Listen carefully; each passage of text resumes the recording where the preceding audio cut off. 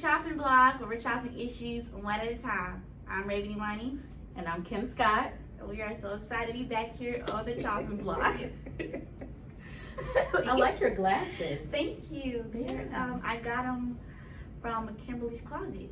If you don't know, Kimberly's Closet is her closet. So I got them from there. Oh, you can have it back. Well, no thank you.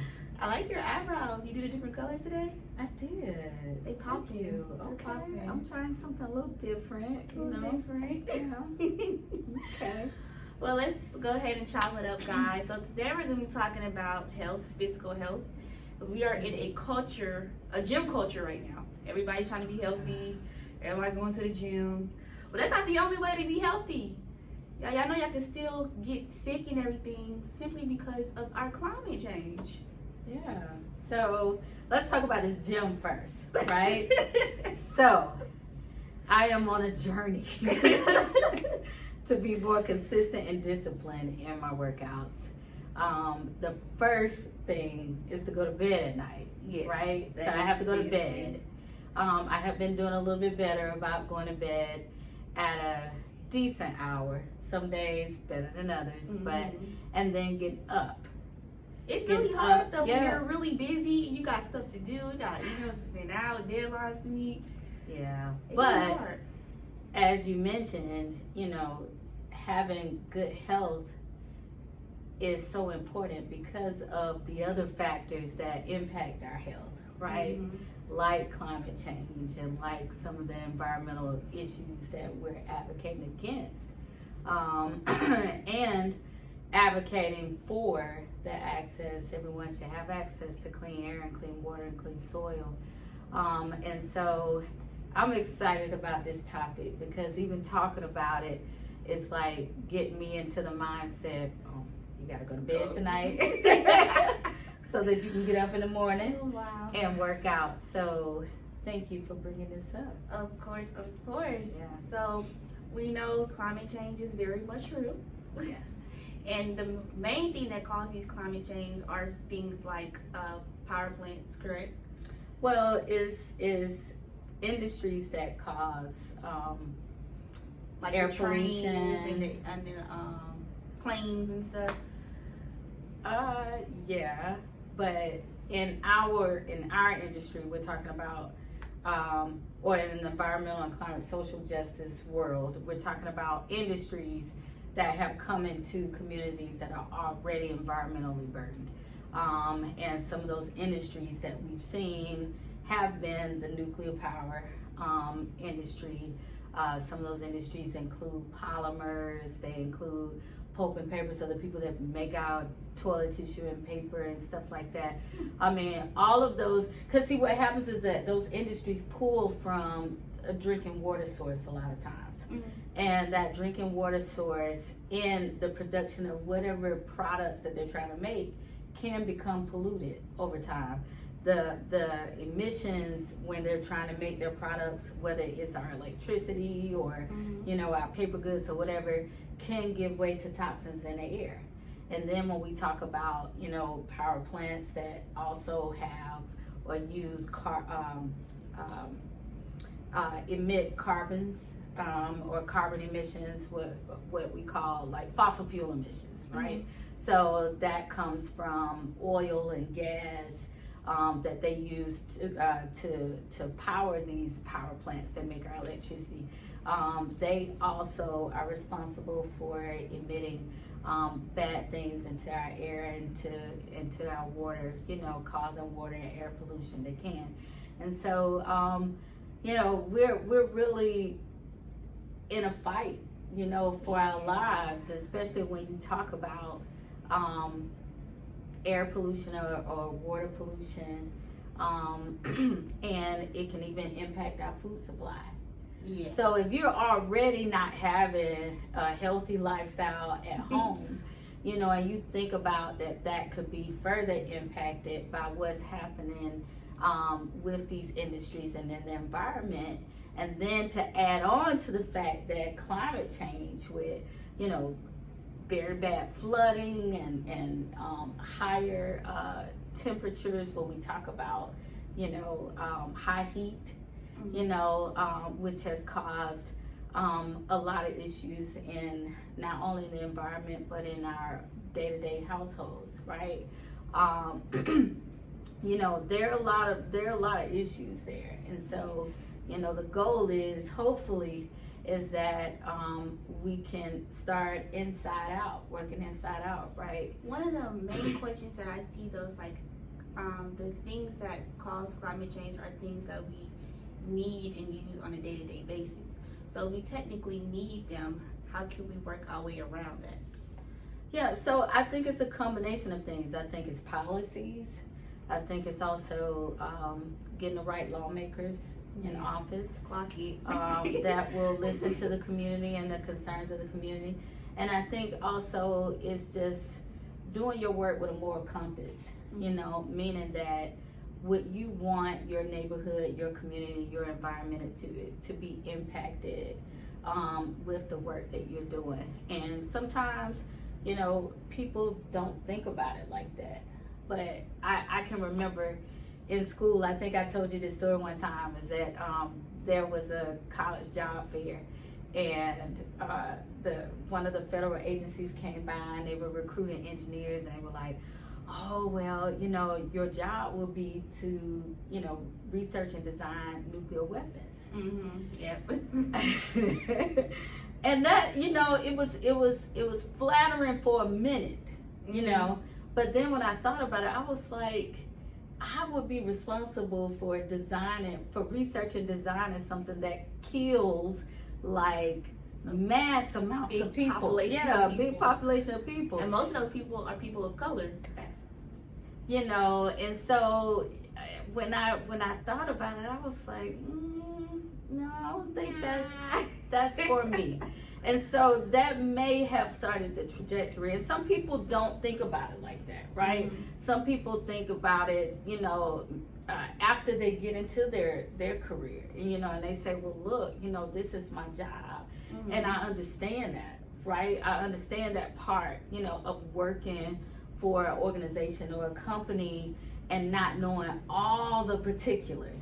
But once you find out all the particulars and you understand what the community needs, that's where the moral compass comes in, and it's your obligation, I think, especially because, like you said, most of these people that are impacted. To what? To do the right thing? I think, it's your obligation to do the right thing, do your job, but also make recommendations, hear the community where you are working, where you're impacting, right? Because a lot of these industries come in and the workers, they don't have a say-so of where the industry is located, right? Mm-hmm. Most of them come, to that facility from various places. Maybe it's their first job out of college. Maybe it's a job that they got, after working in the industry for 20, 30 years. Who knows? But once you get there and you understand what's happening in the community, then I do think it's your job to make recommendations and also provide some equitable solutions with the community about how climate change is impacting them, how what you're doing every day is impacting them, and then, like I said, work together to come up with some equitable solutions to stop the harm that's happening. And I'm not saying that it's just one industry, right? I'm saying in certain areas it's a combination of industries that are causing harm. And that might be the solution in a perfect world. In a perfect world, you would want somebody to do that, but I'm pretty sure they're getting paid good money. Well, and so that's where we get back into. That's where the lawmakers come in. That's where we come in, because a lot of times it's our vote that put them there, or not, And so, understanding how all this works. It's just one big circle. It's one big circle, and all politics are local. So when you think about your access to clean drinking water and be able to flip your switch and your power comes on, or if you got a gas stove, your ability to be able to cook on that gas stove or electric stove, all of these things and then some, flushing the toilet, all of that, that's really been impacted by elected officials, right? And then their willingness or unwillingness to work with these industries, you know, to hold them accountable when they're causing harm, but also to work with these industries to make sure that they are meeting their business needs, but also hearing and doing something when it comes to community concerns. So that's something that we do have control over, right? So elections are coming up. You know, we have primaries on May 21st. We have the general election the first Tuesday in November. I believe that's November 5th.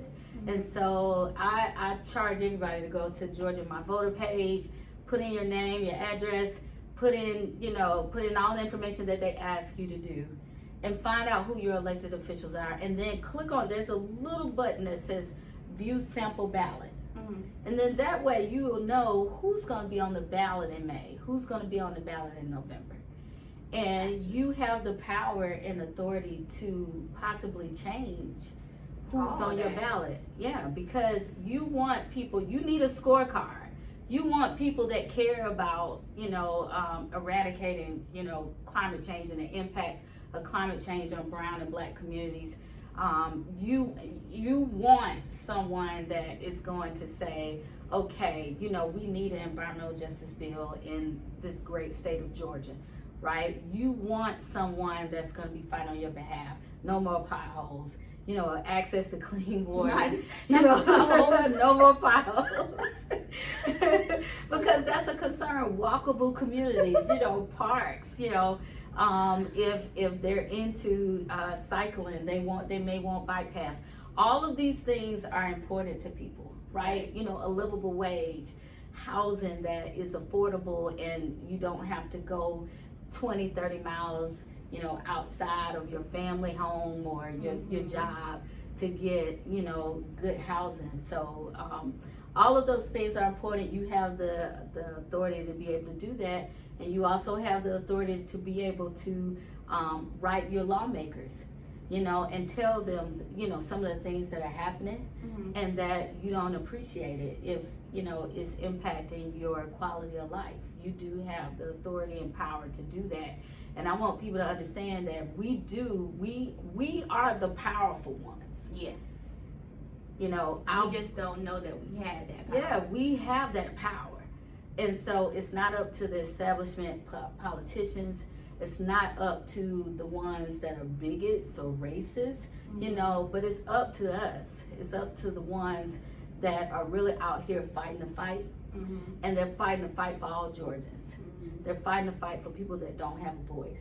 They're fighting the fight for communities that have been decimated and communities that have been harmed for centuries. There are systemic policies and laws on the books that have kept and continue to try to keep brown and black people down, but we shall not be moved. We will continue to fight, and we have seen some progress, but it's more work to come. So I think we also, just to kind of close this out, when we talk about climate change and its impact on our environment, our well-being, our health, but also the industries that are causing environmental harm, we must know that there's also an economic impact to that too, right? So when we talk about health, we talk about wealth as well. Right.